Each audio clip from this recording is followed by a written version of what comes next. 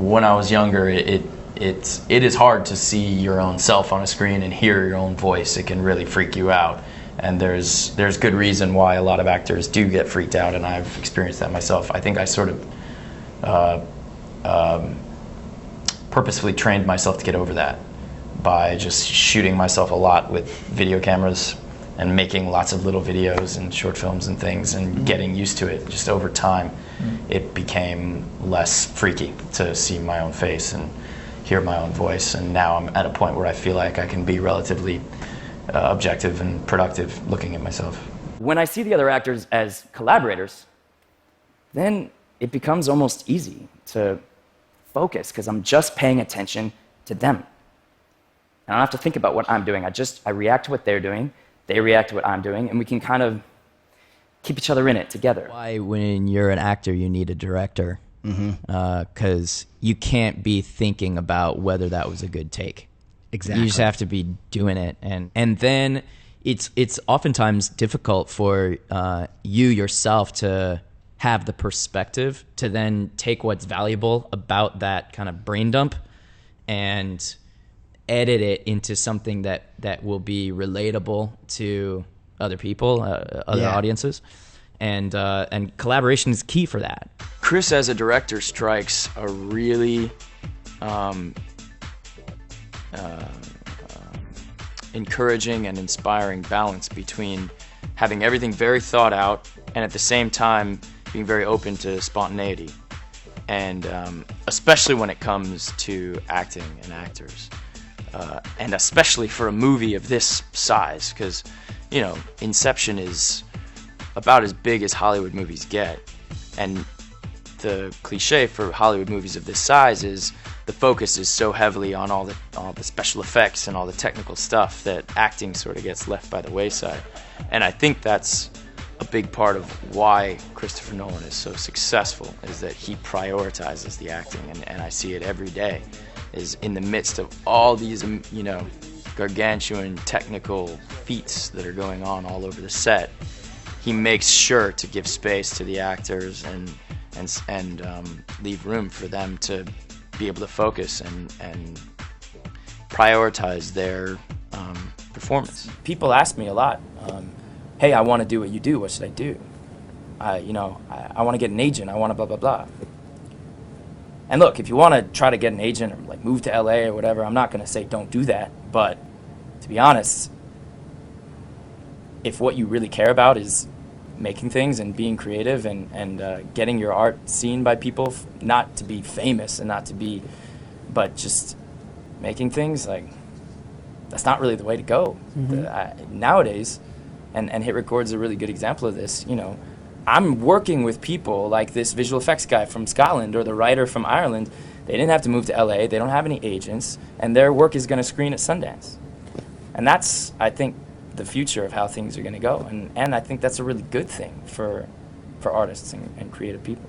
We're trying to build a platform now that's all about that collaborative process, where you can come here and find someone to collaborate with and communicate with them and set up your project, and then yes, the final step being then celebrate it once it's done. But what about the best part, the juiciest, most joyful part, in my experience, is all the stuff that comes before it's done, when you're doing it. If your creativity is driven by a desire to get attention, you're never going to be creatively fulfilled. I think when I was younger, I took the position, probably pretty normal position, that art and business are separate, and a real artist ignores business, and a real artist just leaves that to like the suits or whatever, and I'll be over here doing my art, and you suits over there, you do your thing.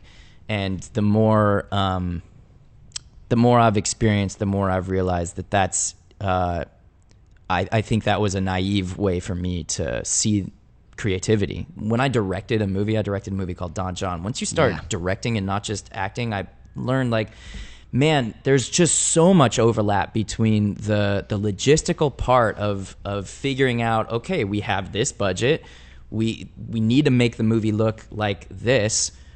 What are our options? Like, we can't do this, we can't do this. Sometimes those those logistical realities will impose limits that then inspire new creative ideas that become some of your favorite parts of the thing, you know? So the people that are there love making movies. And, you know, we all sometimes, whether it's me or any member of the crew or whatever, sometimes you're on sets where you're like, it doesn't, you know, you can tell when you're on this set that, like, we're making something that's really going to be good, and the guy in charge, like, really has a good idea for it, and, you know, that's why you do this in the first place, is to be on that set in that moment and experience that kind of, it is a sort of a magic trick that happens. And but it takes a lot of focus, so it's not just like it's hard work. It's not just a, you know, a party. Well, my mom and dad did definitely raise me to want to be a contributor.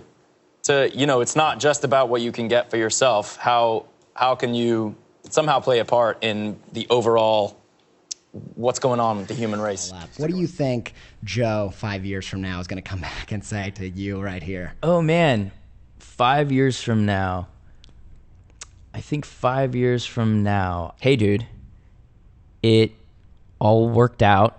It didn't work out the way you thought it was going to, but it all worked out. And it all worked out. So you could have just enjoyed it the whole time. You didn't have to spend all that time anxious and eating your fingernails and hating yourself. Because, look, I spend some time that way. I wish I didn't. And it's, you know, I think every human being fluctuates back and forth between those moments of joy and those moments of cringeworthy self-hatred. But yeah, I would hope that, yeah, my 5 year from now self would come back and be like, just, those are pointless. You don't need to. You're gonna get to where you're gonna get, and you got there. You did. And like I said, it's not what you thought it was gonna be, and that's fine.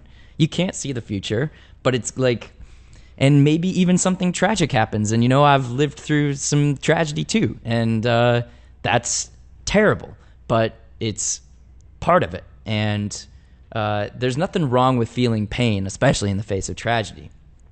But if it's not a tragedy, if it's just like you getting anxious about whatever, and it's not tragic, it's just like, oh, I'm, you know, are we gonna hit the number? Yeah, we're gonna hit the number. Am I like, does my thing suck? Or like, that's not a tragedy, and you don't need to generate that pain for yourself.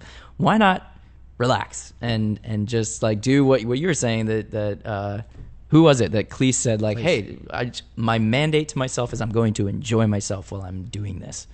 That's the most important thing. I think that's something I would hope that my 5 year from now self would come back and